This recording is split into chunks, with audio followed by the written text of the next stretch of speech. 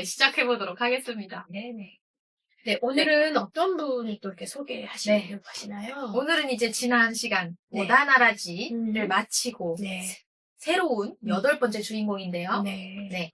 사와 마사히코 음, 인물 소개 시간입니다. 속죄적 구도자 이런 표현 처음 들어보셨을 것 같은데 그러네요. 네. 속죄적 구도자로 산 그리스도인으로 이분은 정말 공부를 많이 하셨어요. 네. 한국 교회사 그리고 일본 기독교사를 연구하시고 네. 한일 교회 간의 상호 이해와 교류를 위해서 힘쓴 일본인 선교사입니다. 네. 사역편은 다음 편에서 다룰 예정이고요. 오늘은 사와 마사히코의 출생, 신앙 배경, 그리고 그의 속죄적 구도자가 어떤 개념인지까지 이야기 나눠보도록 하겠습니다. 네. 네. 사와 마사히코는요. 네. 중일 전쟁이 진행되던 1939년 오이타현에서 태어났습니다. 네. 그는 도쿄대학 법학부 재학 중에 그리스도인이 되었는데 엘리트네요. 그럼요. 엘리트네요. 네. 엘리트이신 만큼 정말 공부 많이 하셨어요. 네. 우연한 기회에 네. 그리스도교 공조의 사람들과 교제를 하게 되었습니다. 그 교제 가운데에 보다 깊고 진지한 신앙의 길에 들어서게 되면서 도쿄대학을 졸업한 후에 도쿄 신학대학에 진학을 하게 됩니다. 네. 신학대학 재학 중에 식민 통치하에 조선에 일본과 일본의 교회가 저질렀던 일을 알게 된 거예요. 네, 그때부터 그 문제에 대해서 진지하게 고민을 하기 시작합니다. 1965년 제1대한기독교회의 이인하 목사가 이 도쿄 신학대학의 초대를 받아서 예배 설교 중에 청중에게 던진 질문에 사와 마사히코가 충격을 받게 됩니다. 이 질문 한번 읽어주시겠어요? 한국을 식민지화하여 고통을 준 일본인이 지금도 제일 한국인을 차별하고 있다. 한국을 사랑하고 선한 이웃이 되고자 하는 사람이 없는 것일까? 이인하 목사의 한마디는 정말 폐부를 찔렀겠네요. 그렇죠. 네. 한국을 사랑하고 선한 이웃이 되고자 하는 사람이 없을까? 식민지 시절에도 고통을 줬고 지금도 여전히 차별이 만연하다니. 사와 마사히코는요. 한국에 대한 책임의 문제에 관해서 실질적인 실천의 노력이 필요하다는 눈을 뜨게 됩니다. 이후 사와 마사히코는 아직 신학대학원을 졸업도 하지 않고 대학원에 적을 둔 채로 한국의 연세대학교 연합신학대학에서 유학을 합니다. 네. 일본의 패전과 해방 후 최초로 한국으로 온 일본인 유학생이었습니다. 사와 마사히코가 유학하기 바로 직전인 1965년 6월에 그 당시 시대적 배경으로는요. 한국과 일본이 한일 기본조약으로 국교를 정상화했지만 한국에는 여전히 반일 감정이 지배적이었습니다.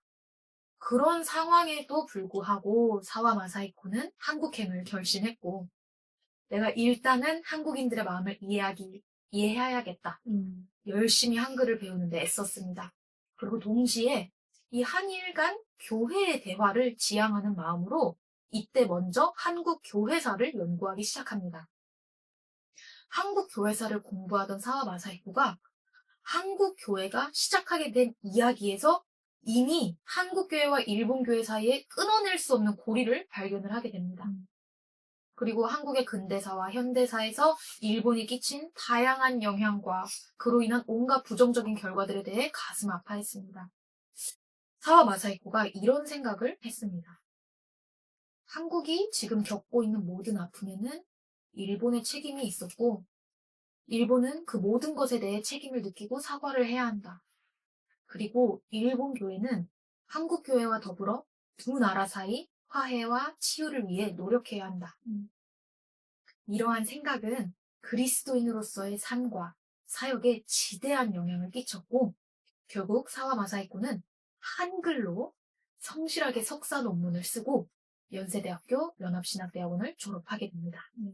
그러니까 사실은 우리가 이제 일본 정부에 우리가 계속적으로 불만스러운 것은 진심 어린 사과가 아니라는 느낌을 받기 때문이거든요. 네. 그러니까 이런 식으로 정말 진심 어리게 미안해하고 사과한다면 그 책임을 느끼고 이 모든 것에 대한 책임을 느꼈다면, 모든 아픔에 대한 느꼈다면 사실은 한국 교회와 일본 교회가 먼저 화해와 치유를 다 노력을 해야 되고 지금도 더 깊이 있게 노력해야 되고 이런 분들도 이제 우리가 나중에 또 10번째의 인물도 소개하겠지만 그렇게 계속 서로 사랑으로 있는 걸음과 화해의 걸음이 계속 이어져야 되고 사실은 이제 그런 것들의 모습으로 진정한 화해가 뭔지를 크리스찬들이 보여주면서 한국과 일본 관계에서도 일본인들도 왜 한국은 우리가 이렇게 미안하다고 했는데도 불구하고 자꾸 저런 식의 태도를 하냐 라고 언제까지 우리가 미안하다고 해야 되냐 이런 태도가 아니라 사실은 용서를 구하는 자는 용서받는 사람들이 알았다고 됐다고 할 때까지 해야 되는 거거든요. 근데 그런 자세여야 그러니까 우리가 뭐 언제 천년만년까지 하라는 건 아니잖아요. 그러니까 저는 제가 일본 선교를 하더라도 이 역사적인 의식을 간과한 일본 선교는 잘못됐다고 생각해요. 네네. 그렇기 때문에 잘못한 건 잘못한 것, 또 내가 사랑해야 할 것은 사랑해야 할 것에 대해서 정확하게 우리가 좀 그것을 구분해서 반응하고 또 책임지고 그런 역할을 좀 해야 된다고 생각하는데 그런 것들을 이제 이분이 또 이렇게 해주시니까 참 감사하고 이런 분들이 있어서 그래도 참 다행이고 감사한 마음인 것 같습니다. 네. 이야기 또 나눠주셔서 감사합니다. 진정한 사과에 대한 그 필요성 이야기해 주셨네요. 그러면 진정한 화해와 치유가 되는 거거든요. 그렇죠. 그게 진짜 안 되니까 계속 우리는 요구하고 있는 거니까 하더라도 진정성 없게 보이고 정말 어떡하면 뭐 배상금이란 거 깎으려고 그러고 또 그거에 부역하는 인간들이 있고 막 이렇지만 어쨌든 진정한 것은 사과를 받는 사람들의 입장에서 그래 충분하다. 충분까지는 아니어도 그래 이 정도면 뭐 괜찮아라고 할 수 있어야죠. 그러니까 어쨌든 화해와 치유는 어쨌든 크리스찬들끼리 먼저 좀 이루어져야 될 것 같아요. 그렇죠. 한국 교회와 일본 교회가 네. 그래서 정기적으로 계속적인 화해의 걸음들이 사랑으로 있는 걸음들이 이어지면 좋겠네요. 네. 말씀해주신 대로 교회가 먼저 그런 사과와 진정한 사과와 진정한 화해, 치유의 모습을 보여야 세상이 그걸 보고 아 그렇죠. 저렇게 해야 되는구나. 그러니까 할수 있을 것 진짜 같아요. 좋은 친구가 되어가고 있구나라는 게 이제 느껴지면서 그리고 우리 그러니까 한국 교회도 일본 교회에 대해서 너무 가르치려 든다든지 우리가 무언가 좀 교회 사이즈가 크다고 해서 이런 태도가 아니라 진짜 프렌드십은요 동등하거든요. 어디 위에서부터 밑으로 아니면 도와주는 입장에서 어떤 일방적인 것이 아니라 쌍방적이고 그런 거 있잖아요. 그렇기 때문에 우리가 진짜 화해와 치유가 일어나려면 한국 교회나 일본 교회가 서로를 충분히 이해할 수 있는 우리 요시다 센세가 그런 얘기 했어요. 한국 교회, 일본 교회가 정말로 좀 긴 시간 동안 긴 호흡을 가지고 정말 좋은 프렌드십을 가지고 가면서 이것이 진정한 사랑으로 있는 걸음이 이어질 것이다. 그래서 저는 그것이 이제 우리 블레싱 재팬이 또 하는 일 중에 하나지요. 네. 그래서 일본 교회를 어떻게 하면 협력하고 돕고 유익하게 할 것인지 그리고 궁극적으로 일본 교회가 어떻게 하면 개척되어지고 또 연약한 교회는 다시 설 수 있을지 고민하고 또 교회는 사실 건물만을 이야기하는 것이 아니잖아요. 그러니까 그 성도님들 한 분 한 분이 건강한 크리스찬으로 살 수 있도록 우리 아까 이제 이따가 얘기할 거지만 우리 또 옥스를 통해서든 여러 가지 방법으로 힐링 미니스트리를 통해서든 이런 사랑으로 있는 걸음들은 다양한 것으로 나타날 거라고 생각이 들어요. 그래서 이분은 대학원을 졸업하시고는 또 어떤 여정을 걸으셨는지 너무 재밌는 장면이 나오네요. 드디어. 인생의 여정에서 빠질 수 없는 진로 이벤트 중에 하나. 한국인 여성과 결혼을 하게 됩니다. 그러네요. 역시 한국에 대한 마음이 얼마나 진심인지 아시겠죠? 연세대학교에서 공부를 하던 중에 이제 사와 마사이코가 그 같은 대학에서 공부하고 있던 김영이라는 자매를 만나게 되는데요. 이제 김영 자매의 부친께서는 김소운이라는 시인으로 수많은 한국 문학 작품을 일본어로 번역해서 한일 문화교류에 커다란 공적을 세운 분이셨습니다. 그렇지만 둘의 결혼에 김소운 부부의 반대가 아주 거셌다고 합니다. 그렇죠. 사실 쉽지 않죠. 반대 감정이 사실 여전히 있었으니까 지금도 있는데. 그래서 당대 한국 사회에서는 뭐 일본인 일종의 뭐 금기어와 같은 것이었기 때문에 네, 아무래도 이거는 이제 부모의 경험에서 우러나온 진심 어린 염려이고 걱정이었던 것이죠. 그렇지만 사와 마사히코는요, 김영의 부모와 꾸준히 대화하고 자신이 앞으로 일본 사회와 또 교회에서 하고자 하는 일들을 설명을 했습니다. 이러한 끝에 김영이 먼저 그의 진실된 마음을 받아들이고 김소은 부부 역시 한일 사이의 다리가 되고자 헌신하는 그 사와 마사히코의 미래를 받아들이기로 결정합니다. 한일 커플 탄생. 네. 네. 한국에서 이렇게 혼인을 하고 사와 마사히코는 부인과 함께 일본으로 귀국하여서 일단은 마치지 않았던 그 도쿄 신학대학의 학업을 끝내고 졸업을 합니다. 그리고 일본 교단에서 목사로 안수를 받습니다. 목사가 된 사와 마사히코는 교회를 중심으로 하는 사역을 통해 한국인들을 향한 책임과 사죄의 사역을 하기로 마음먹었습니다. 그가 처음으로 부임하게 된 곳은 제일 한국인이 많은 가와사키시에 있는 일본 기독교단 사쿠라 모토교회였습니다. 사와 마사히코는 교회에서 3년간 부목사로 봉사를 했고요. 사와 마사히코 김영 부부는 이 당시 일본인 그리스도인뿐만 아니라 그 교회가 위치한 주변의 한국인들과 교류하고 교제하는 일에도 관심을 빼놓지 않았습니다. 사와 마사히코의 이런 사역이 일본 교회로 하여금 그를 한국인들을 위한 사역자로 세우도록 하는 계기가 되었습니다. 네, 일본 교회에서 일본인 대상으로 사역을 하고 있는데 그 주변에 제일 한국인에도 관심을 끊지 않고 계속 교제에 힘을 쓰니까 교회에서도 알아본 거죠. 네. 그래서 일본 교회는 사와 마사히코가 벌이는 이 한국인들을 향한 책임과 속죄의 사역이 가치 있는 일이라고 여기게 되었고 그가 그 일에 더욱 매진할 수 있도록 지지하고 지원했습니다. 감사하네요. 그렇게 사와 마사히코 부부는 마침내 한국을 향한 일본 교회의 책임과 속죄 사역을 위해 일본 교회로부터 선교사로 세움을 받게 됩니다. 1973년 사와 마사히코 부부는 일본 기독교단과 한국의 세 교단의 선교 협약에 의해 전후 일본인으로서는 첫 선교사로 한국에 건너와 사역을 하게 됩니다. 그렇군요. 전후 일본인으로서는 첫 선교사로. 네. 그렇죠. 너무 귀한 걸음이네요. 그리고 이 교회 자체도 뭐라 그럴까, 이런 모습에 사실은 교회 다닌다고 해도 선입견을 여전히 가지고 있고 차별적인 마음을 여전히 갖고 있다면 이렇게 하지 못했을 텐데 이 교회에서 그것을 인정하고 이렇게 파송했다는 것은 참 이 교회 자체가 참 깨어있는 교회였었네요. 이 교회의 또 담임 목사님부터 잘 감당을 해주셔서 감사합니다. 그렇네요. 네. 네. 그리고 이제 아까 처음에 말씀드렸던 속죄적 구도라는 이제 개념에 대한 이야기가 이제 나올 차례인데요. 사와 마사히코는 이제 한국에 들어왔지 않았습니까? 선교사로. 한국 신학대학에서 일단 가르치면서 한국 기독교 장로회 송암교회의 협력 목사로 봉사를 합니다. 당시 한국은 군사 독재 정권 시대로 송암교회와 한국신학대학은 한국사회 민주화 운동의 거점이었습니다. 사와 마사히코는 해방 후에 한국사회 과제가 민주화라는 이 젊은이들의 주장에 공감을 했습니다. 그래서 그 스스로도 시위 운동에 참여하기도 하고 또 동료들이 재판받는 법정을 방문해서 재판받는 동료들을 지지하기도 했습니다. 사와 마사히코가 한국에서 봉사하는 가운데 한결같이 지향했었던 한 가지가 있었는데 그것이 바로 속죄적 구도입니다. 그는 이 지향점을 단 한순간도 잊은 적이 없는데 그가 말하는 속죄적 구도란 무엇이냐면요.